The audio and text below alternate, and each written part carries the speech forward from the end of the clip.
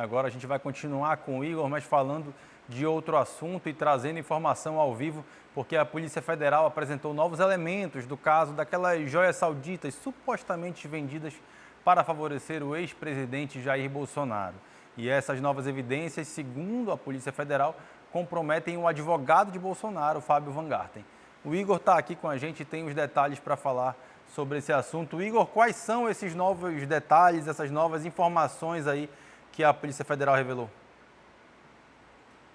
Tudo bem, Dante? Boa noite a você, boa noite também a todos que nos acompanham. Olha, a Polícia Federal encontrou no celular de um outro investigado que trabalhava com Bolsonaro, Marcelo Câmara, à época assessor aqui na Presidência da República, e encontrou no celular dele uma procuração assinada pelo ex-presidente Bolsonaro e que dava poder a Fábio Van Garten, à época secretário de Comunicação da Presidência, para tirar objetos do Tribunal de Contas da União. Objetos esses que deveriam ser incorporados ao acervo público e foram incorporados ao acervo pessoal de Jair Bolsonaro. Então, ele era um representante do governo no TCU que teria esse poder de tirar objetos e fazer declarações.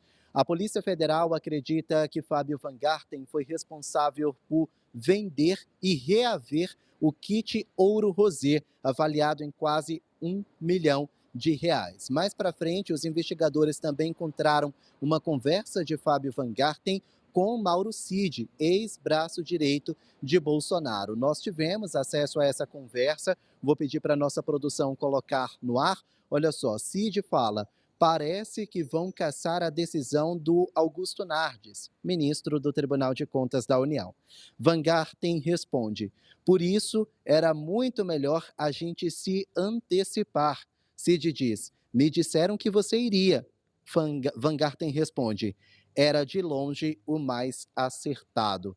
Então, essa conversa para a Polícia Federal seria ali num momento em que as joias kit Ouro Rosé já tinham sido leiloadas nos Estados Unidos, o dinheiro já estava em posse de terceiros ligados a Jair Bolsonaro.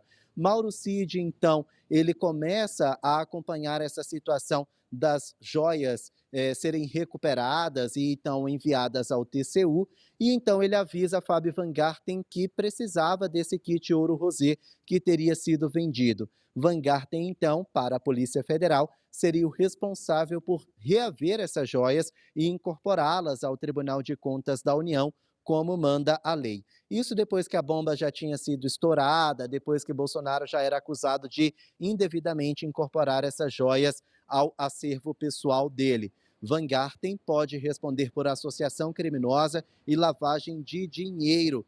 Inclusive, as investigações apontam que esse esquema seria para beneficiar financeiramente o ex-presidente Bolsonaro. Todas as joias que foram vendidas estão ali num valor aproximado de 7 milhões de dólares. Esse dinheiro não estaria com Bolsonaro, estaria com terceiros, justamente para despistar a Receita Federal. Entre eles, Alberto Youssef e também o pai de Mauro Cid, o Lorena Cid.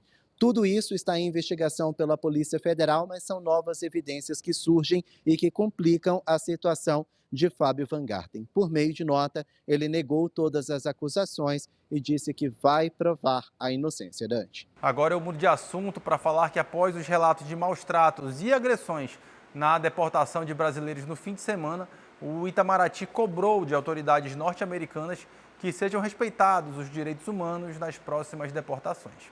Desde 2018, brasileiros detidos por entrarem ilegalmente nos Estados Unidos e que não possuem possibilidades de recursos são deportados para o Brasil. Em 2017, os dois países assinaram um acordo de cooperação em que os brasileiros são aceitos de volta, desde que eles não sejam presos nos Estados Unidos ou tratados sem dignidade durante o traslado. É de praxe dos norte-americanos algemarem os deportados durante o voo, como medida de segurança. Mas assim que o avião pousa no Brasil, os deportados devem ter o dispositivo retirado, a menos que ofereçam algum tipo de risco. Não foi o que aconteceu com os 88 brasileiros deportados no fim de semana. O grupo pousou em Manaus porque a aeronave americana apresentou falhas técnicas. Vídeos que circulam na internet mostram os brasileiros desembarcando com correntes em torno do corpo e algemas nas mãos. Por meio de nota, o Itamaraty afirmou que o uso indiscriminado de algemas e correntes viola os termos de acordo com os Estados Unidos, que prevê tratamento digno, respeitoso e humano dos repatriados. Disse ainda que o governo brasileiro considera inaceitável que as condições acordadas com o governo norte-americano não sejam respeitadas. O Itamaraty cobrou ao governo de Donald Trump o respeito ao acordo nas próximas deportações.